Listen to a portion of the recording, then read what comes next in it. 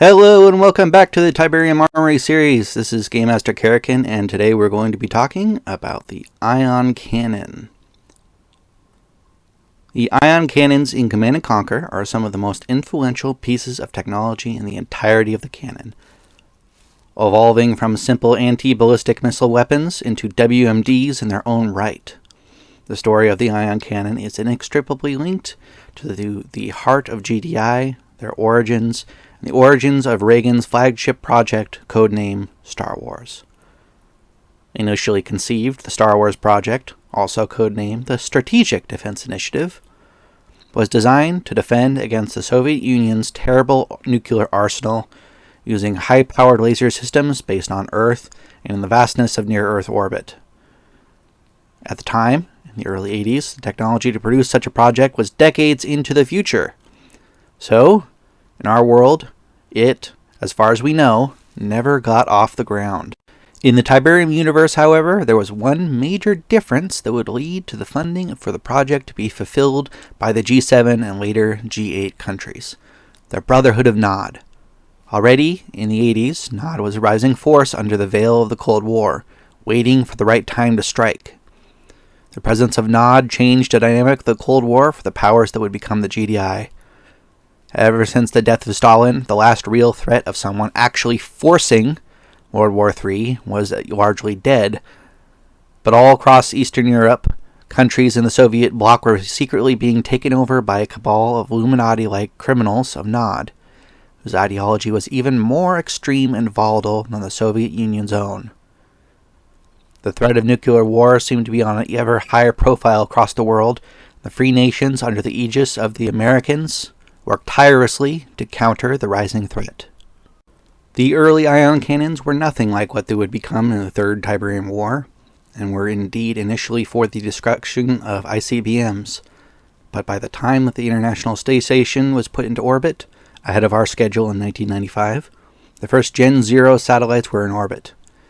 By 1991, the Soviet Union was gone, and much of the world breathed a sigh of relief, and one of consternation at the spending being done for a World War scenario that was clearly never going to happen. By 1995, with the entrance of the Brotherhood onto the world stage, that perception changed. Almost overnight, 47 countries declared themselves to be part of a new bloc, a bloc belonging to the enigmatic Kane. The old Cold War was over, and the new one had just begun. With the withdrawal of those countries from the UN, funding began to once again flow into the budding Special Operations Task Force ECHO, or Global Defense Initiative.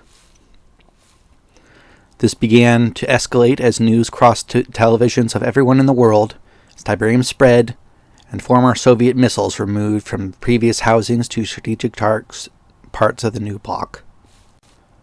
By 2005, the first of the Generation 1 satellites were put into orbit, being constructed and positioned in space by the brave astronauts of the ISS, the GDI Command Center, the Repair Station, the Installation Station, and the expanded GDI Shuttle program. By 2012, all the satellites were in orbit, protecting the free world, but soon GDI-aligned nations in the developing world began to put up calls for the new weapons to be installed in space above their nations, and so work began on that. Unbeknownst to them, however, these Generation 1 ion cannons were powerful weapons capable of knocking ICBMs out of the sky, but they also held another secret. In 2015, following a leak attributed to Nod hackers, GDI announced their pledge to never use nuclear weapons, and revealed advanced, safer, and cleaner weapons of mass destruction. Many of the nations that had signed on without knowing were worried. So in 2016, a test firing was arranged in which a decommissioned Navy cruiser was destroyed. The destruction was limited, and thus the people of the world were placated, if only for a moment. The reality, in terms of raw power, the devices could destroy a small base encompassing a square mile of space, or as much as a single structure. During the First Tiberium War, GDI would use these to great effect, destroying entire sections of fortified bases at a time. The weapon works like a very large, accurate fuel-air bomb, a type of thermobaric weapon, also called an aerosol or vacuum bomb, which uses oxygen from the surrounding air to generate a high-temperature explosion. On a small scale, an example of what these devices do is similar to a flower explosion. These work by spreading fuel across an area and combining it with the atmosphere, then detonating for a very energetic explosion. In the case of the ion cannon, however, instead of ethyl oxide, the ion cannon works by flooding an area with ionizing radiation, energizing all of the matter and air within it, and firing a powerful laser into it, which ignites the air and ionized particles, causing the entire area to combust. The real-world feasibility or yield of such a weapon is unknown, but in-game it is certainly impressive, with one beam shown in Renegade being able to destroy an entire Nod base in a single hit. This would suggest that, while most shots are only calibrated to take out a single target, building, or groups of units, the yield of one of these devices is in the kiloton range, likely as strong as the largest tactical nuclear warheads ever used by the USSA and the USSR. The cannon's design would show some drawbacks, however, in the coming wars, as the ion storms of the new battlefields would disrupt their ability for the older type of cannons to properly ionize the area, leading eventually to the Type 3 cannons in the Third War. From the interim of the First War to the Second, in unknown years, the Generation 1 cannons were upgraded to be even more forceful in order to break through the storms blocking their paths at the points through the world.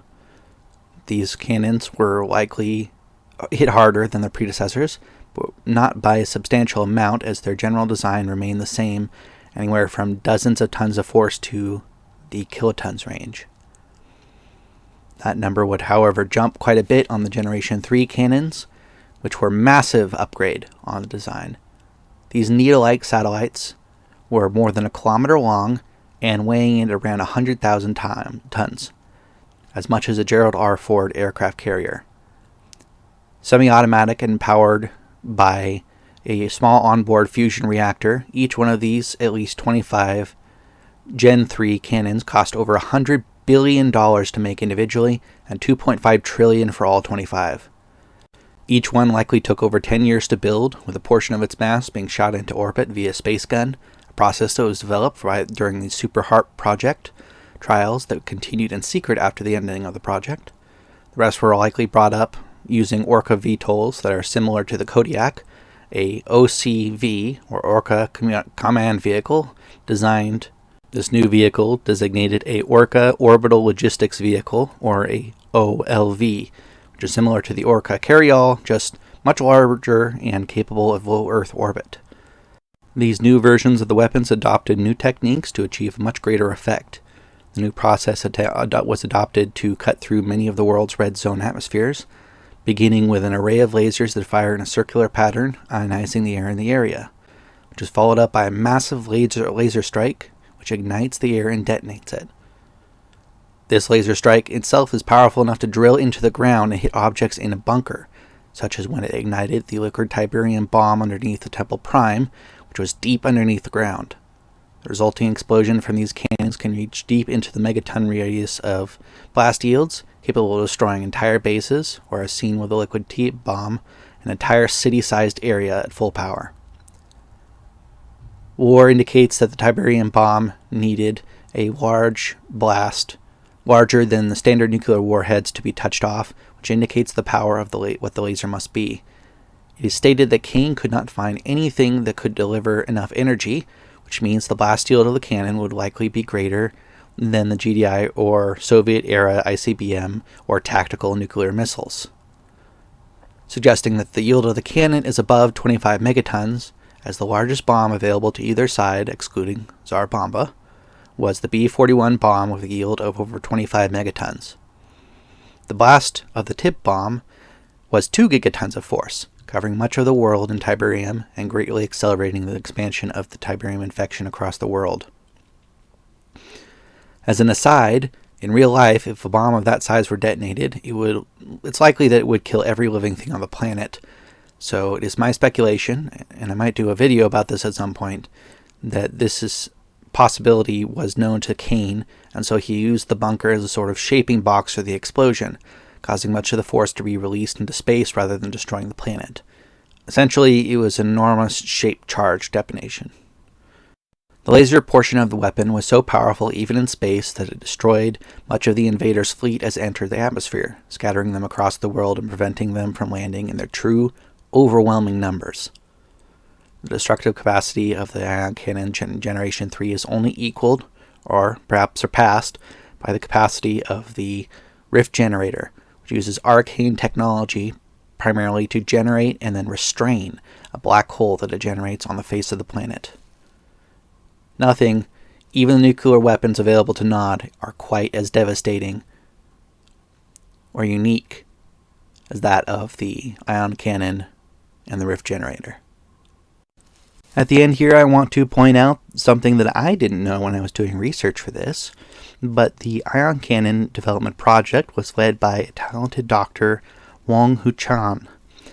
That's interesting. I never knew that part of the lore. And she was deemed sufficiently enough a threat that the Brotherhood ordered the doctor's assassination. Very interesting. I never knew that part of the lore. Anyway, I hope everyone has had a wonderful day, that they enjoyed the video, and I will see you all later.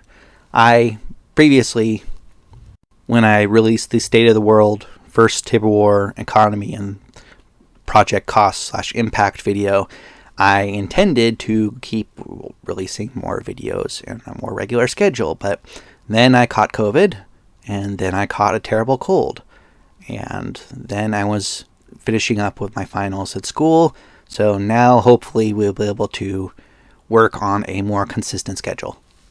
Thank you, and have a wonderful day.